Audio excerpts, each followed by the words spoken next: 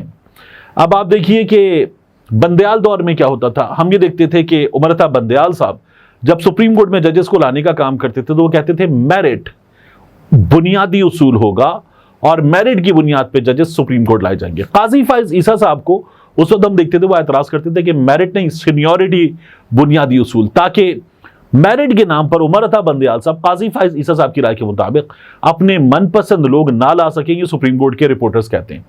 لیکن اب سینیورٹی کی بنیاد پر دیکھیے آپ کے چیف جسٹس اسلام آباد ہائی کورٹ کے عامر فاروق صاحب اور ابراہیم خان صاحب، انہیں سپریم کورٹ نہیں لے جایا جا رہا. جسٹس امیر بھٹی صاحب، یہ لاہور ہائی کورٹ والے، یہ ریٹائر ہو گئے، سپریم کورٹ میں سیٹ خالی تھی، نہیں لایا گیا. عامر فاروق صاحب والے معاملے میں کہا جاتا ہے کہ اگر وہ وہاں سے ایلیویٹ کر کے یہاں لائے جائیں گے تو جسٹس محسن اختر کیانی صاحب جو ہیں وہ چیف جسٹس بن جائیں گے، تو عامر فاروق صاحب کو ایلیویٹ نہیں کیا جا رہا. یہ صورتحال ہے. قاضی فائز عیسیٰ صاحب جو ہیں جن اصولوں کی بنیاد پر بندیال صاحب کو غلط کہتے تھے، اب وہ اصول کہاں ہیں، لوگ یہ سوال کر رہے ہیں. چیف جسٹس قاضی فائز عیسیٰ صاحب کا لوگ کہہ رہے ہیں کہ امتیازی سلوک، ان کا پسند ناپسند کا رویہ، اسی وجہ سے جسٹس احمد علی شیخ صاحب سندھ ہائی کورٹ کے، لاہور ہائی کورٹ کے میں نے ابھی آپ کو بتایا جسٹس امیر بھٹی صاحب دونوں سپریم کورٹ کے جج نہیں بن سکے، دونوں ریٹائر ہو گئے. سینئر ترین جج تھے، میرٹ پر دونوں کی تعیناتی بنتی تھی، مگر چیف جسٹس صاحب نے، اور یہ میرٹ قاضی فائز عیسیٰ صاحب کا طے کردہ میرٹ تھا کہ سینیورٹی کی بنیاد پر یہ ہونا چاہیے. ہم دیکھتے ہیں مسلم لیگ نون کے لوگوں کو، وہ کہتے ہیں سپریم کورٹ میں ابھی جب یہ ہوا نا ججز کے خط وغیرہ والا معاملہ سب کچھ ہوا، تو خواجہ آصف صاحب اور کچھ دیگر لوگ مسلم لیگ نون کے یہ آ گئے کہ سپریم کورٹ میں پینڈنگ کیسز کی تعداد دیکھیں. تو یہ تعداد ان کو تب یاد نہیں آئی جب وہ 4.5 اشرے پرانا کیس سپریم کورٹ مسلسل سن رہی تھی، تب اس پر بات نہیں ہوئی. اب یہ ہو رہا ہے کہ تعداد دیکھیں، تو اب یہ جو ججز نہیں لائے جا رہے، ان کے نہ لانے سے کیا یہ تعداد کم ہوگی یا ان کے لانے سے کم ہوگی پینڈنگ کیسز کی تعداد؟ یہ بھی ہمارے ہاں چل رہا ہے اور اطمینان سے چل رہا ہے، کیونکہ اس وقت یہ مسلم لیگ نون والوں کو، ان سب لوگوں کو سوٹ کرتا ہے. ان میں سے بعض لوگ یہ کیا لکھ رہے ہیں، ابراہیم خان صاحب اپنے خط میں سینیورٹی میں سیکنڈ موسٹ ہوں، سیکنڈ سینئر موسٹ. لیکن ایسے لوگ میں نے دیکھے سوشل میڈیا پہ، وہ کہہ رہے ہیں جی ان کا سینیورٹی میں نمبر 37واں ہے، 40واں ہے. مطلب ہمارے ہاں کچھ بھی منہ اٹھا کے کر دیں گے نون لیگ کے بچے بلونگڑے لونڈے لپاڑے، اور اس کے بعد وہ چل جائے گا، اطمینان کے ساتھ چل جائے گا. یہ کمال آپ کو ہمارے ہاں سوشل میڈیا پر دیکھنے کو ملتا ہے، اور کچھ نہیں ہوگا. وہاں کوئی اور کچھ کر دے تو آپ کو نظر آئے گا، دیکھو میری کنیز، اسے پکڑو، اس نے کیا کر دیا ہے، اس کے خلاف FIA میں. مطلب یہ کمالات بھی ہمارے یہاں ہوتے ہیں. اب دوسرا موضوع اس ویڈیو کا، شاہد اسلم صاحب بہترین رپورٹر ہیں. شاہد اسلم صاحب ابھی بیچ میں آپ نے دیکھا تھا وہ جو جنرل باجوہ کے اثاثوں والی خبر تھی، اس میں ان پر الزام تھا کہ احمد نورانی صاحب کو جو معلومات ملی تھی ان کی وجہ سے ملی تھی. شاہد اسلم صاحب گرفتار بھی ہوئے تھے اور ہم نے دیکھا تھا کہ FIA والوں کے مہمان بھی رہے تھے. شاہد اسلم صاحب نے ایک خبر دی، وہ یہ کہتے ہیں کہ پاکستان تحریک انصاف کے اپنے ٹویٹ میں پاکستان تحریک انصاف کی سوشل میڈیا سے وابستہ ایک اہم شخصیت عمران خان کے خلاف پریس کانفرنس کر سکتی ہے. اس کو پریس کانفرنس کے لیے بنانے پہ کافی حد تک کام ہو چکا، کسی بھی وقت بریکنگ سٹوری چلوائی جا سکتی ہے جس سے اس کی بھی جاری مسلسل رگڑے سے جان چھوٹ جائے گی. یعنی پاکستان تحریک انصاف کی سوشل میڈیا سے ان اے وے وابستہ، میں کہہ رہا ہوں ان اے وے وابستہ شخصیت ہے، جس کو رگڑا لگ رہا ہے اس کی جان چھوٹ جائے گی، اور وہ عمران خان صاحب اور پاکستان تحریک انصاف کے خلاف ایک عدد پریس کانفرنس وہ شخصیت کر سکتی ہے.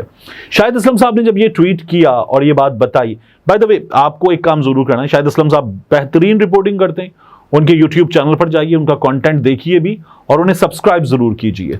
تو اظہر مشوانی پاکستان تحریک انصاف کے، انہوں نے یہ کہا ٹویٹر پہ آ کے کہ میری شاہد اسلم صاحب سے کال پر بات ہوئی ہے. انہوں نے یہ بتایا کہ میری ٹویٹ تحریک انصاف کی سوشل میڈیا ٹیم کے کسی موجودہ یا سابقہ ممبر کے بارے میں نہیں ہے، کسی اور سوشل میڈیا سپورٹر کے بارے میں ہے جس کا وہ نام بتانا نہیں چاہتے. اور پھر اس کے بعد ایک اور بات ہوئی، اور یہ ہمیں نظر آتا ہے کہ پاکستان تحریک انصاف کے بہت بڑی تعداد میں لوگ، مرکزی لوگ بھی، یعنی ایسے لوگ جنہیں کوئی نہیں جانتا تھا. جب 9 مئی کے بعد پریس کانفرنسز کا دور تھا تو ہم نے ایسے لوگ بھی دیکھے کہ جن سے رپورٹرز پوچھتے تھے ٹھیک ہے اپنا نام بھی بتا دیں, اپنا تعارف بھی کرا دیں, اپنا شہر بھی بتا دیں, اور کیا ذمہ داری تھی آپ کی یہ بھی بتا دیں پاکستان تحریک انصاف میں. ایسے لوگ بھی پریس کانفرنس کر رہے تھے اور کہہ رہے تھے میں چھوڑ رہا ہوں پاکستان تحریک انصاف, عمران خان نے یہ کیا ہے, پی ٹی آئی نے یہ کیا ہے, میری طرف سے اللہ حافظ ہے. تو ایسے لوگ بھی پریس کانفرنس کرتے تھے. تو ان تمام لوگوں نے, مرکزی لوگوں نے, سب نے یہ میرا خیال ہے کہ 100+ تو ہوں گی پریس کانفرنسز جو ہم نے دیکھی, کر لیا. کیا فرق پڑا؟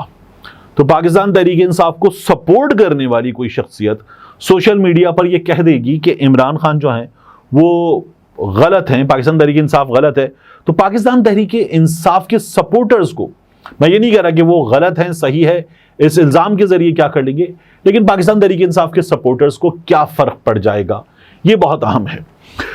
اس کے بعد آخری موضوع, گزشتہ روز ہم نے کراچی میں کیا دیکھا کہ نارتھ کراچی میں 2 جانیں گئیں. وہی وارداتیں, راہزنی کی وارداتیں, اسٹریٹ کرائم کی وارداتیں, موبائل دے دو, بٹوا دے دو, پرس دے دو, پیسے دے دو, وگرنہ مار دیں گے.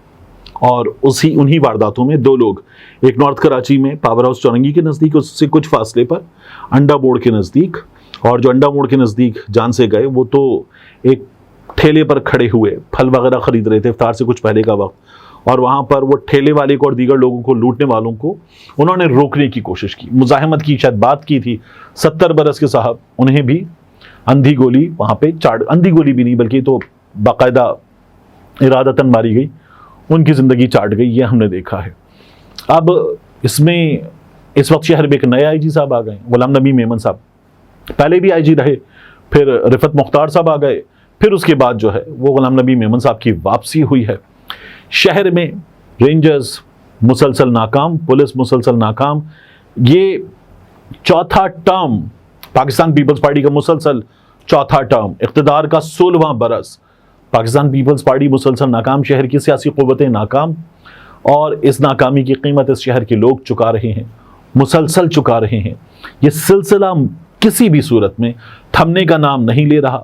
ہم لوگوں کو جان سے جاتا ہوا دیکھ رہے ہیں, اور عید سر پر ہے, رمضان کا مہینہ ہے, اور اس وقت میں لوگوں کے گھروں میں افطار سے پہلے ان کے پیاروں کی لاشیں پہنچ رہی ہیں, عید سے پہلے ان کے پیاروں کے چلے جانے کی خبریں آ رہی ہیں, اور ہمارے ہاں ان حالات میں کوئی تبدیلی آتی نظر نہیں آ رہی ہے.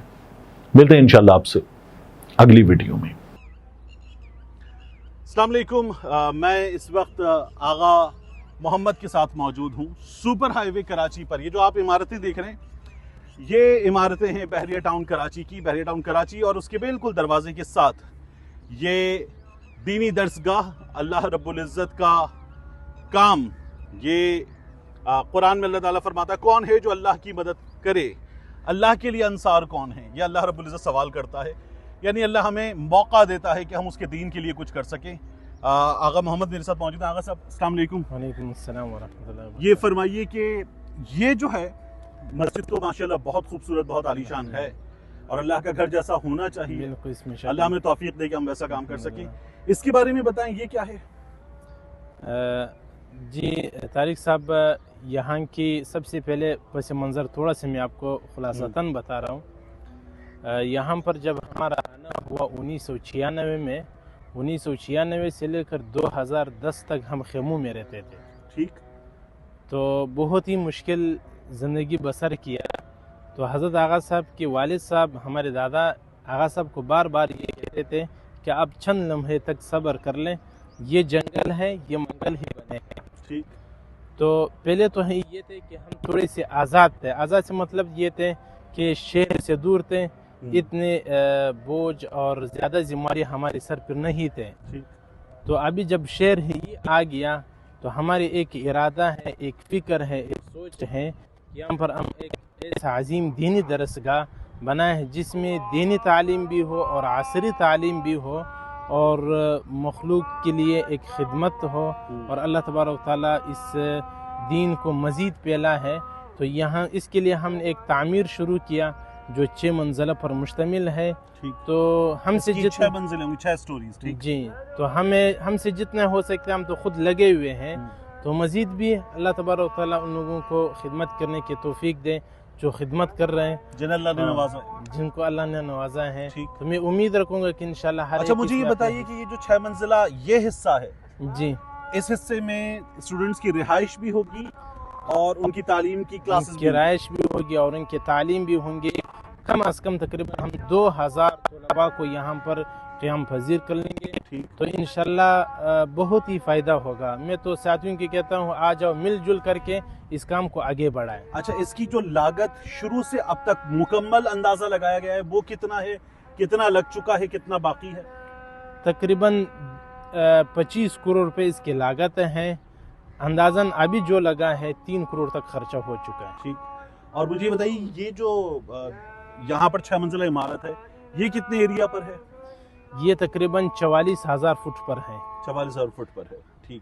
اور یہ جو پورا کمپلیکس ہے سڑک سے یہاں تک، یہاں پر پورا ادارہ تقریباً 9 ایکڑ پر مشتمل ہے. 9 ایکڑ پر. پہلے جو 15 ایکڑ تھے اب 9 ایکڑ پر ہے. ٹھیک. تو یہاں پر ایک دینی ادارہ اور ایک ساتھ ساتھ اس کے ساتھ ایک اسکول اور ایک مزید ایک کالج کی ارادہ بھی ہمارے ہیں.